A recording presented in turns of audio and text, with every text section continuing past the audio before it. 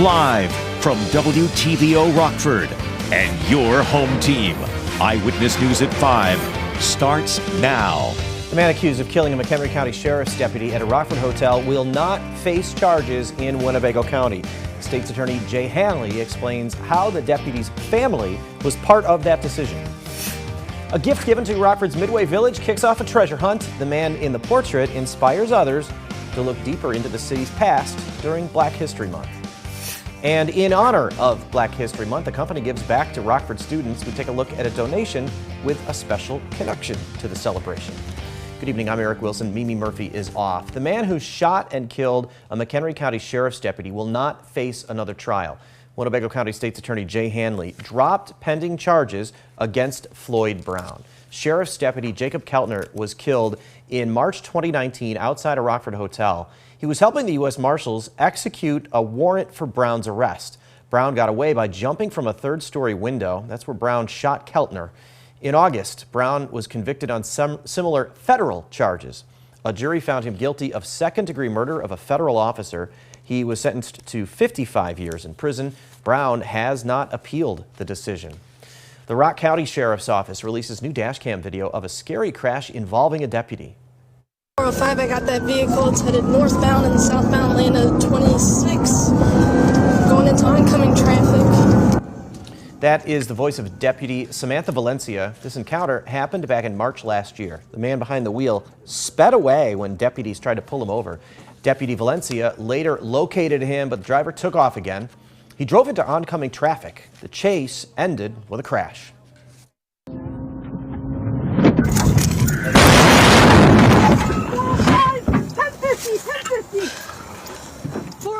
After the crash, you can see the driver jump out of the car and run. He was arrested a short time later. A passenger stayed in the car. Deputy Valencia was treated for minor injuries. Jesse Seals was convicted of first-degree recklessly endangering safety, fleeing to elude, and causing injury while under the influence. The 38-year-old was sentenced to 3 years in prison.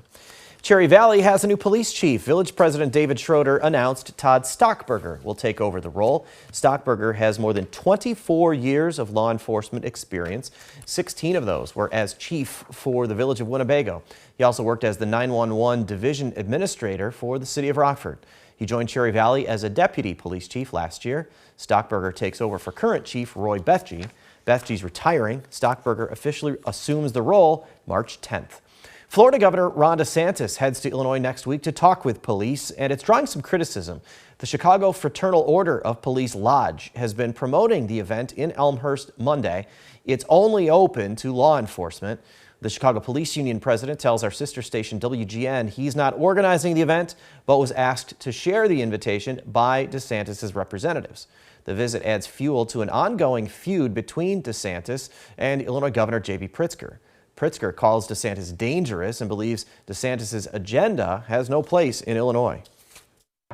Well, he doesn't represent the values of the people of Illinois. In fact, he's the antithesis to that. He's demonstrated that he's homophobic, that he's got tendencies to promote racism.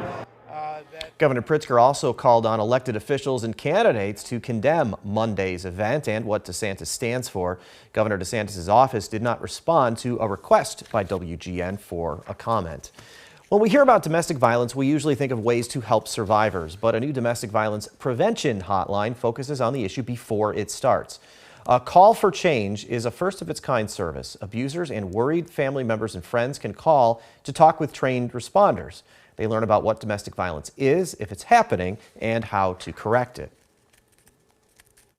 There are a lot of people that don't know that they're in abusive situations, and so to be able to have people that can help broadly define what domestic violence is, hopefully will help keep our community safer and help people make informed decisions for themselves. The hotline also directs abusers to partner abuse intervention programs like Cognition Works. Lennon says this hotline is similar to having an AA sponsor. It could hold abusers accountable and guide them in the right direction. If you want that helpline number, you can go to mystateline.com. Rockford's Midway Village Museum is the home to many artifacts from the city's past. Today, though, a portrait was added to its collection. The Kel Delgado was there for a special unveiling. The Kel, this takes us back more than a century. Yeah, Eric, the portrait was donated to Midway Village in December, and staff later discovered that the man in the picture was Winston Ward. Ward was born a slave in Tennessee between 1833 and 1841. He moved to Rockford to start a new life and ended up calling the Forest City home. I want to come and see. That is the first thought Reverend Dr. John Halbert had when he heard about the discovery of a portrait of a former slave and longtime Rockford resident, Winston Ward. Ward was a member of the church he leads, Allen Chapel AME Church. I want to understand just a part of what's that history and how it connects with the church where I am now. Other guests, like Reverend William Martin, says Ward's portrait gives us an insight into the history of African Americans and what contributions they made to the city of Rockford. To know that we're in Black History Month and to find this find here in Rockford history, it was amazing. It gave me goosebumps and chills. Midway Village Museum Curator of Collections, Laura Furman, says they are honored to preserve this important part of Rockford history and display it for all to see.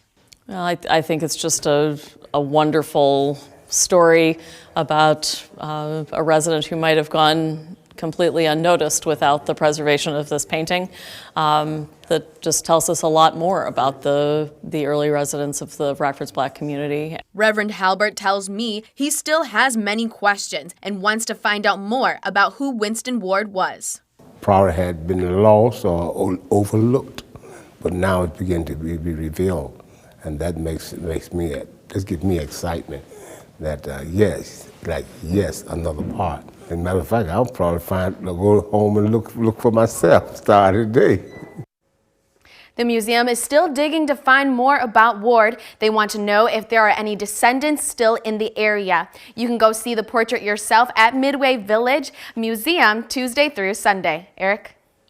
Thanks, Nicole. In honor of Black History Month, Amazon donates more than $1,600 worth of books to 3 Rockford schools. That's about 200 books. All of the volumes were written by Black authors. Amazon's Black Employee Network Affinity Group led the charge for the donations. Ellis Elementary School, Risa Middle School, and Auburn High School will receive the books. One group member says they see the donation as benefiting the whole community. Amazon has a really strong commitment in terms of our community partnership, in terms of developing future leaders, engineers. We have a number of different programs, and our affinity groups take responsibility for being those community partners to really help us and help our students grow and develop outside of their school, outside of their family environment, and to really make an impact in the community. Amazon hopes to continue the partnership with local schools. If you haven't gotten a ticket to see The Boss at Wrigley Field this summer, you're in luck. Bruce Springsteen and the E Street Band added a second show at the Friendly Confines August 11th.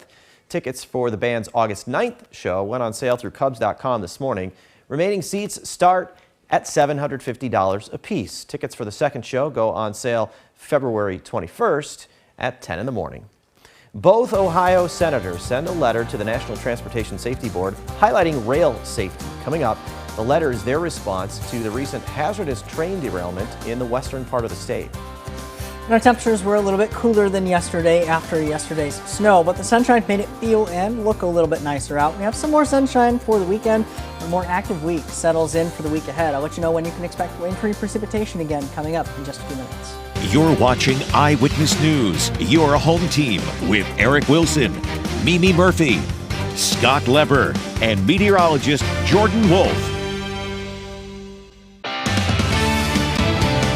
Both U.S. senators from Ohio raised new concerns about rail safety after the East Palestine train derailment. They sent a letter to the National Transportation Safety Board pointing to what they call the weakness of current rail requirements. Washington correspondent Rashad Hudson shows us the lawmakers don't agree on who should be held accountable. Both Ohio Senators J.D. Vance and Sherrod Brown are demanding answers following the train derailment in East Palestine nearly 2 weeks ago. Brown says the train company has not been required to invest enough in safety. At Norfolk Southern made huge profits, big stock buybacks, big dividends, didn't invest, and then laid off thousands of workers. They are now asking the National Transportation Safety Board to look into improving regulations. It could be how we label cars, minimal worker requirements in terms of worker safety.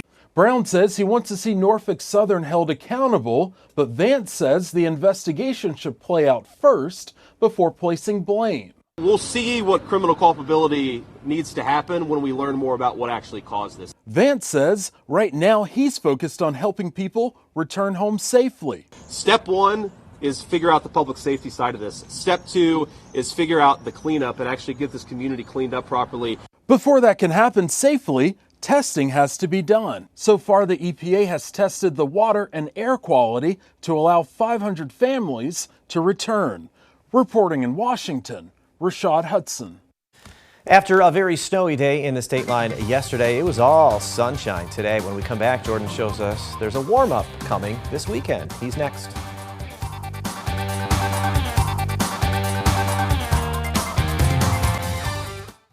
Now, your first warned weather forecast from meteorologist Jordan Wolf. Well, fresh snow from yesterday's system has continued to fall during the day yesterday. Now we're actually seeing the clear skies behind it. It looked really nice and even felt nice when you got out in the sun, but the wind and the cooler temperatures did not help that at all. We actually saw temperatures in the 20s for most of the day, and that's still where we sit late into the day today as well. Our look outside, our SkyTrack camera up in Poplar Grove, sponsored by the Poplar Grove Airport, is showing that, and that's where we see those clear skies continuing the rest of the evening tonight. We have high pressure to our south, and that's allowing for southerly flow to take over, but also keeping our skies fairly clear even late into the evening tonight. That southerly flow, as I mentioned, allowing for temperatures to warm a little bit for the rest of the night. We're actually going to see temperatures drop a little bit and then warm the rest of the evening by the time we get to early part of the day tomorrow. Right now, those temperatures are still in the low 20s for many of us. 21 degrees in Rockford, 20 in DeKalb and in Rochelle, 19 in Freeport, 17 out in Galena, with many wind chills that are down in the single digits at the moment. Temperatures and wind chills continuing to fall a little bit further the rest of the evening tonight. We're seeing temperatures quickly falling into the teens, and we actually hold fairly steady once we get to the upper teens, where then we're going to warm those temperatures, especially once we get after midnight tonight. So officially, our low temperature will go down to 17 degrees, but that'll be fairly early on in the evening. We're actually going to be a lot closer to the low to mid 20s by the time we wake up early tomorrow morning. Wind chills a little bit of a factor with that southerly flow, a little bit breezy, allowing for wind chills to be down in the single digits at times overnight tonight.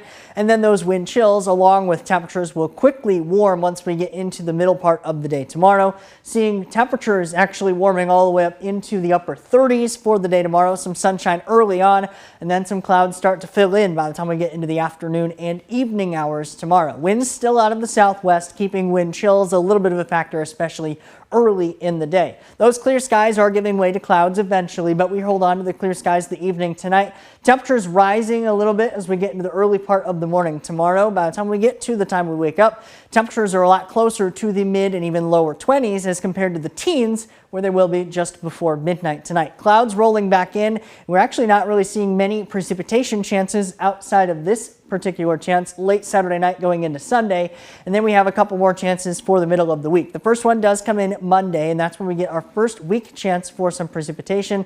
That one not a whole lot, but mainly remaining a little bit further to the north. A second chance for precipitation, one we'll be keeping an eye on, comes in for the middle of the week, mainly Wednesday into Thursday. That could bring us a chance for some wintry mix, maybe even some freezing rain and snow, something we'll definitely be keeping an eye on because a shift of just a little bit on the track could eventually impact us in very different ways with that system. Temperatures in the meantime remaining above average, still in the upper 30s and low 40s with a little bit more sunshine for the weekend, Eric, and then temperatures dropping back by the time we get to this time next week.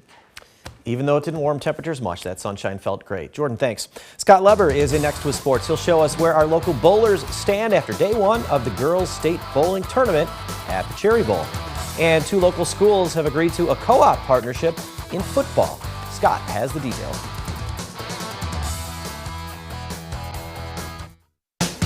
Now sports with sports director Scott Leber. The list of great girls high school bowling teams and individuals from our area is a long one. This weekend, some more local bowlers are trying to carve out their own greatness at the IHSA Girls State Tournament. Today was day 1 of 2 at the Cherry Bowl. 24 teams and 30 individuals trying to make the cut to tomorrow's action. One of those individuals right here, Oregon senior Ava White. She collects a strike. She's in 57th place. Belvedere North senior Zoe Pavlik up next, going for the spare and getting the spare.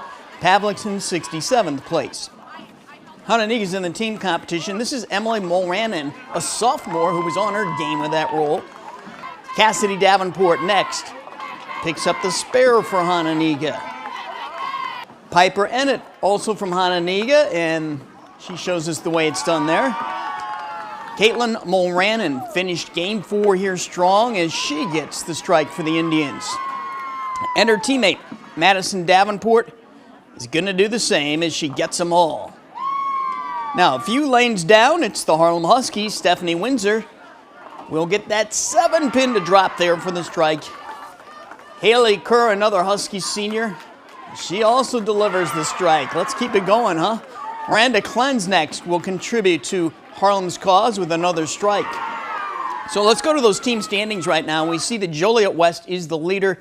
Manuka is in second. Harlem's right there in third place, only 45 pins back. Oswego is in fourth place. Hononegah within striking distance in 8th place and could make some noise tomorrow. The top local individual right now is Harlem freshman Allison Roberts in 8th place.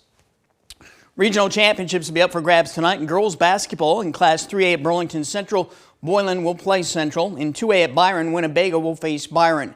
In Class 4A at East, Harlem and Hononegah will battle.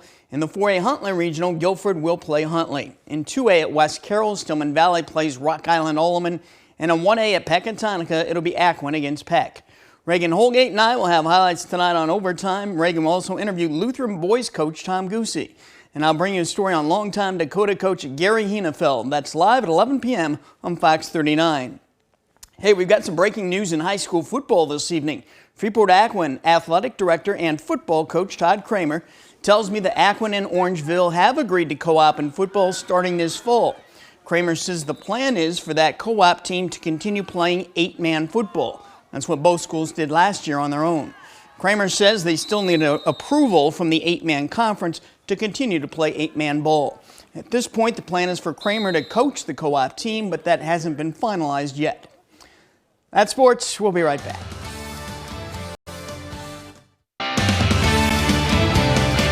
Well, the fresh snow is now cleared, and we are seeing clear skies, and that's allowing temperatures to fall a little bit quicker. The First Warn Interactive Radar from Rockford Auto Glass and More. Temperatures falling into the teens overnight tonight, but we're gradually going to warm those back up and seeing temperatures back into the 30s next week. Thanks, Jordan. Looking good for the weekend. And thank you for spending some time with us. Stay safe.